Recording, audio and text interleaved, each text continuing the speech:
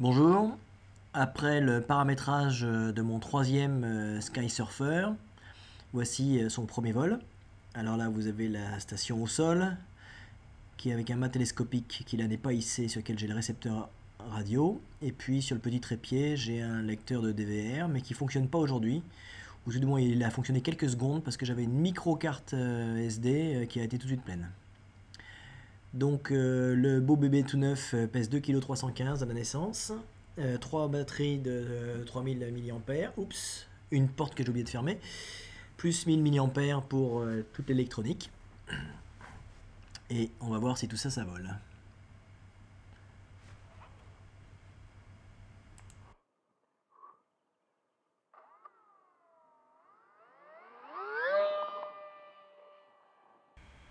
Hourra, ça vole, et ça vole même très bien.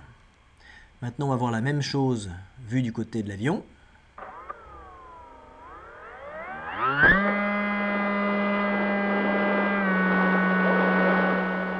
Alors, comme ces derniers temps, j'ai volé avec mon Optera, et j'avais oublié que cet avion est vraiment bruyant. Le tripale qui tourne très vite fait un potin du diable. Et d'un point de vue furtivité, c'est un petit peu nuisible.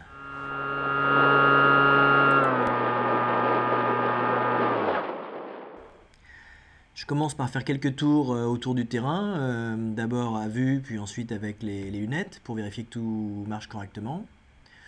Donc il n'y a pas de souci, ça plane bien, ça vole bien, donc je vais pouvoir me risquer au-dessus du plan d'eau. Et donc c'est l'heure d'aller faire un premier coucou au bateau. Alors l'eau a l'air calme, mais il y a quand même 10-15 km/h de vent, hein. On va voir tout à l'heure qu'il y a des bateaux à la voile. Donc je commence par aller voir celui-ci.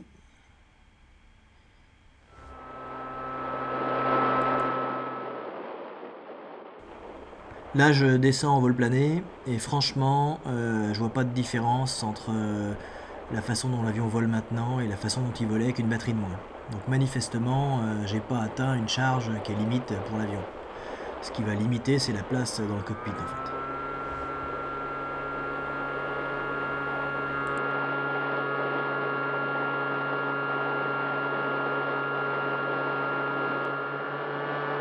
Ensuite, je fais un tour côté champ. Et alors j'ai deux soucis. Premièrement, j'ai pas de sonde pitot, donc j'ai pas de vitesse vent.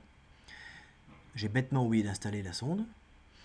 Et deuxièmement, j'ai l'ampèremètre qui est tombé en panne. Donc j'ai le voltage de ma batterie, enfin de mes trois batteries, mais j'ai pas la consommation instantanée, ce qui me permet de calibrer la vitesse de rotation du moteur.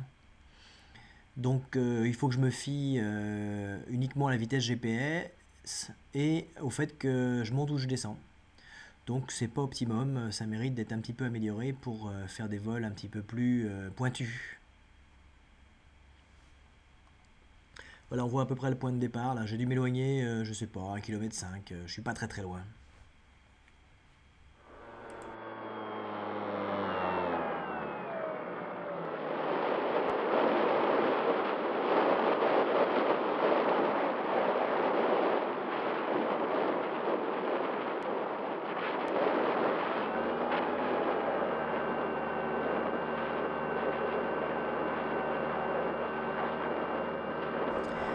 J'avais décidé d'être raisonnable pour ce premier vol, mais je peux pas m'empêcher d'aller faire un peu le couillon au-dessus de l'eau, parce que je répète que j'ai pas de vitesse vent, j'ai que ma vitesse GPS avec un avion que j'ai pas bien étalonné encore au niveau de la puissance moteur.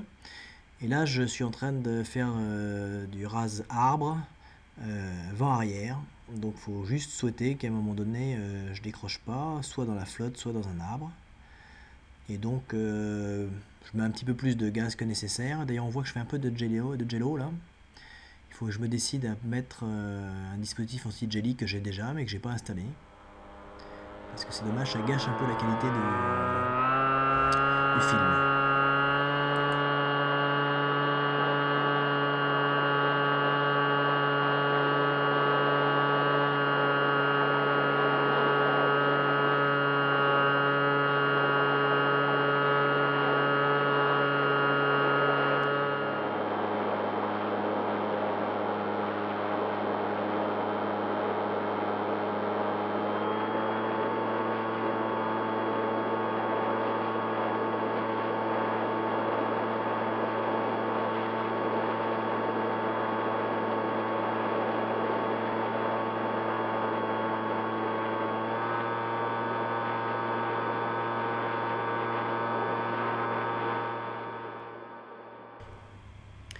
Je m'étais déjà amusé à passer par là pendant le vol d'essai de mon Optera, mais ça allait un peu plus vite parce que déjà l'Optera est un peu plus rapide que le Sky Surfer, mais en plus là j'ai 10 ou 15 km/h de vent de face là, et donc ça avance pas très vite.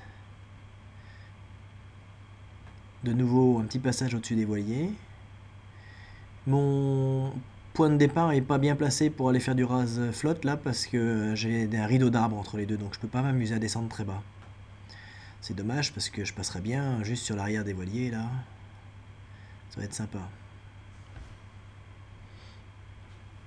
Alors j'avais pas vu dans mes lunettes les deux qui sont à gauche sous spi en train de redescendre voir arrière parce que c'est pareil, j'aurais pu passer un peu plus près. Mais je longe la lisière de la forêt en direction du petit château qui est dans l'axe là parce que j'aime beaucoup cette vue. Et je pense que ce petit château avec sa trouée végétale là doit avoir une vue imprenable et il est vraiment bien situé. Un jour, il faudra que j'arrive en Razmotte et que je me fasse une partie de son jardin. Parce que ça me donne trop envie de remonter le jardin et de m'approcher sans aller trop près de la bâtisse, mais ça donne très envie de passer par là. Et en plus, il n'est pas dans une zone d'exclusion aérienne, donc son survol est autorisé. Là, par contre, le survol est interdit. Hop.